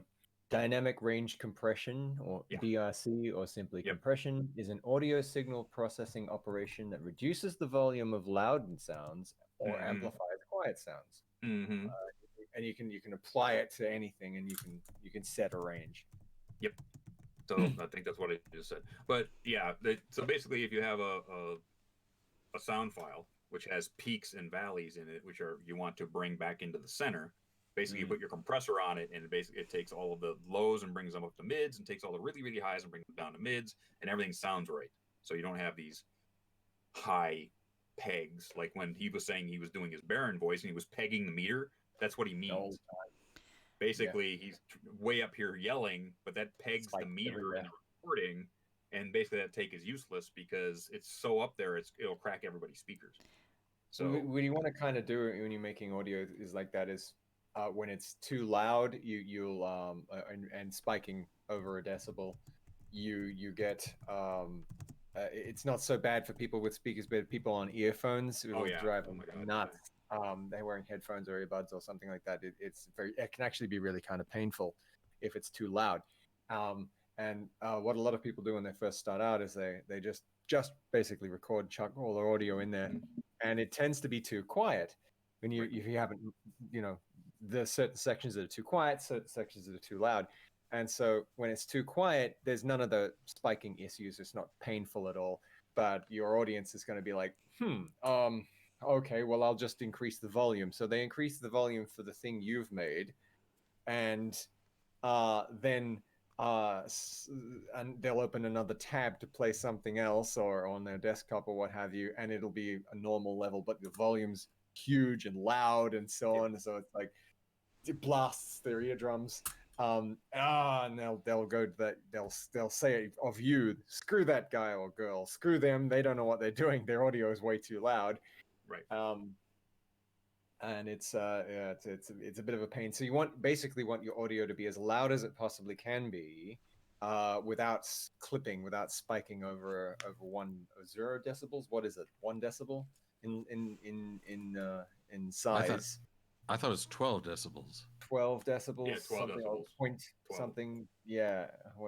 And the thing about yelling and screaming, you think to yourself, well, how the heck did they record all of Dragon Ball Z? It's nothing but yelling and screaming. professional microphones or professional audio guys, professional microphones have actually gain. So basically, you can actually click the gain and drop it like 5 decibels. And it will record 5 decibels. The microphone itself will cut 5 decibels out of whatever you're doing. Yeah. So you can scream to the high heavens, and the microphone will cut it before it even gets to the recorder. So that's when you get a professional microphone, you have all these different kind of features that will help you do your job. Otherwise, there's a lot of post-processing. Yeah, that's like the Blue microphone that I'm using right now, which I've used for years, actually has a gain knob on the back. So if I turn that up, you guys would hear more of me. If I turn it down, you'd hear less of me. So that's just from the one dial on the back of it. And a lot of people have been using Blue microphones for professional voice acting for many, many years, ever since they hit the market. I mean, it's the first thing that gets people into it, and then you end up getting an AKG or whatever higher end microphone when you start doing more professional work. But a Blue microphone will get you started. Yeah, I just want to add that we have about 7 minutes left before we hit the 2-hour mark. Okay. We'll stop talking about voice acting. I'm sorry. No, you don't have to stop. I just wanted you guys to know so that then. Okay, then it's your show, so you pick the last topic. Yeah. What's on the agenda? Uh-oh. Great. Yeah. Break it up. Potatoes. Potatoes. Oh, earth apples. Lovely, yes. Lovely fried, thin sliced, fried in there we go. Oil, Hawaiian style, with a little salt, maybe a little pineapple juice. Good stuff. I'm good. MLP Trinary says, time goes by so quickly when listening to Silver pontificate. Some would say that time actually stretches longer because it's why pun-ishing. Again, I can hear the silent rage. It is the greatest melody in the universe. What did you say? What did you say to me? Are you talking to me? Are you talking to me? What is your favorite collab, Silver Quill? Says Noah. Oh, my favorite collab? Well, actually, would be Nightmare Nights. Hey! Hey! Yes. Yes, I know it. I get to eventually. Oh, Yeah, that was so fun. yeah. What about you, Anthony? Your favorite collab? Off that, I guess that'd be the one off the top of my head. Yeah, I still don't know how we did it. Really fast. Just do it, and we did it. Good. Oh yeah, it was ridiculous how fast we We had a recorded it. we had a We had great. everybody in a Skype call at the same time, and we were all talking off each other, giggling and just laughing our butts off. We're trying to get Tommy Oliver to. I wanted Tommy Oliver to play the Baron originally, and and I'm like, hey, get in the freaking chat, get in the freaking. This is amazing. Everyone's here, and he's like, and like 2 weeks later, he's like, I guess I missed my bit. Yeah, dude. Yeah, I'm halfway through recording his lines myself, and he's like, I guess I missed my chance. Oopsie! Yeah, no, poor yeah, bastard. you missed your chance. Yeah. I was a madman. What about you, Yes. Dusty? Oh, geez. I think my favorite collab is anyone I can have, because a lot of people don't come to me anymore. What? Collabs. I mean, back in the day, even then, they didn't come to me much until I got the TF2 stuff. You know, it was sort of like Dusty was sort of untouchable. You know, I was sort of the one step above everybody. Nobody wanted to approach me. They thought I was too unapproachable, so I didn't get a lot of collabs. And then I started doing collab music with some of the other voice actresses. In fact, I did one with uneditid, who is Captain Spitfire over in your neck of the woods, and that actually got her in trouble. But anyway, we did a country duet, which I rewrote for Big Mac and Cheerilee, and she played Cheerilee.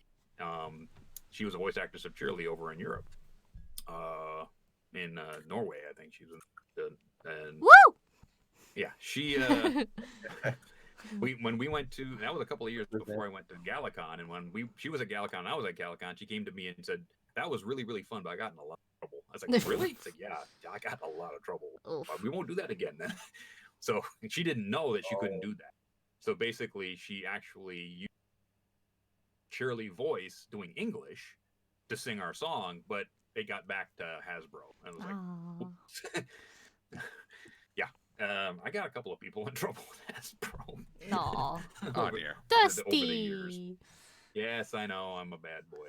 But we were just having fun and didn't know that they didn't want us to do certain things. Like they didn't want real voice actors to work with, you know, certain types of projects. Actually, one of the fake commercials I used on my show, I actually had Trevor Duvall, who played Fancy Pants, play Fancy Pants in that commercial. And I said, well, won't that? And at that time, I said, won't that get you in trouble? He says, I don't care. It's like, it's such a small part of it. You're sure? Like, oh, dude, I had so much fun on this show. I'll do anything you. It's like, okay, me and my roommate wrote this commercial thing. And he says, okay, I'll do it. Not a problem. It's only 30 seconds. It's like, cool. So he did this whole. It's all him talking, the whole thing. And it's like, it's an amazing piece, and I still have it on my hard drive somewhere. Yeah, so it's pretty freaking cool that I got him to do that.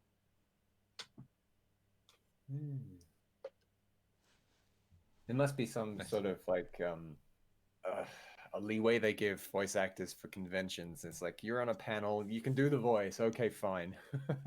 Yeah, I mean, there's nothing they can really do. I mean, some of the bigger shows, you know, when Batman was huge and Mark Hamill was doing the Joker, they were going to tell Mark Hamill not to do the Joker. Okay, yeah, right. At this point in life, he's like 65. It's like, what are you going to do? Fire me? What are you going to do? Fire me? And he said that a number of times. Like, I don't care. I've got Star Wars money to fall back on. I don't even have to work. So, but he loves voice. He loves voice acting. So basically, he's done a ton of things you don't even think about. You know, mostly it's just he thinks he does Joker, right? And everybody's like, oh, he just does Joker. No, he does Joker. He does Bane. He does a whole bunch of other characters. I didn't know you did Bane. Oh yeah. I love that line he had in, like, he was talking about Star Wars. Look, if I spoil anything, they'll cut my head off and throw it right back in my face. Yeah.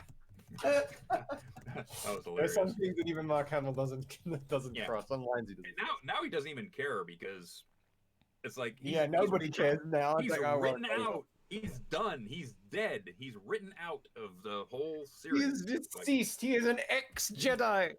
Yes, he has ceased. Although I'd love to see him. I'd love to see him pop up on Mandalorian. He's popped his clogs and shuffled off this mortal coil. Would you want to see was it freaking Luke Skywalker ghost in The Mandalorian? Well, he's not dead in The Mandalorian, though. I mean, yeah, he's not dead in The Mandalorian yet. Because The Mandalorian is like only 10 years after the fall of the Empire. Oh, right. Yeah. Okay. So basically, it's just after the blowing up of the second Death Star. Okay. Or Starkiller Base or whatever it was. So it's guys, I really like Star Wars too, but we actually hit the 2-hour mark. Unless you guys want to continue. Darn. Unfortunately, I cannot. No. Yeah, I've got things I got to get done today too. Yeah. My family. Now's the time to shut up about Star Wars and and such. Let's talk about Babylon 5, which is a superior, highly underrated series. Highly underrated show. So deserve far more love. I'm confused. Are we continuing or? No, we're not. Okay. Well, thank you all of you for joining. It's been super duper fun, and time has just flown by. You guys can say your goodbyes and. Okay. Goodbye, everyone. Thank you very much for having us. Yes, thanks for a chance to chat and reminisce. This is the bed. Goodbye. I can't do that voice. How do you do that? God, I've tried to. You gotta pretend like you just sat on yourself. Well, yeah. So everybody here who normally comes to my stream, we're not streaming today because I got things I got to get done. So we'll stream tomorrow after work. All right? He's a pussy boy. Oh, Silver, do you have one last great sound effect for us? Oh well, I could always play us off with a fine tune. Can you release the pressure? There we go. I think if it's okay for you guys, I want to raid Fiora because she is having a marathon stream for Hearts of Iron Pony Edition. Excellent. I wish you all good times there. Yes. Raid. I want to, again, thank you guys. It's been super fun and super honored to have you all. I really, really think this is so awesome and fun. And I want to say to all of you who came to watch and talk and ask questions, thank you so much. I hope you all stay safe, stay kind, and stay brownie. Bye. Bye. Bye-bye. And rate. We should have done that in Barbershop Quartet. I was just thinking, yeah, it's like, oof. I would have broken the...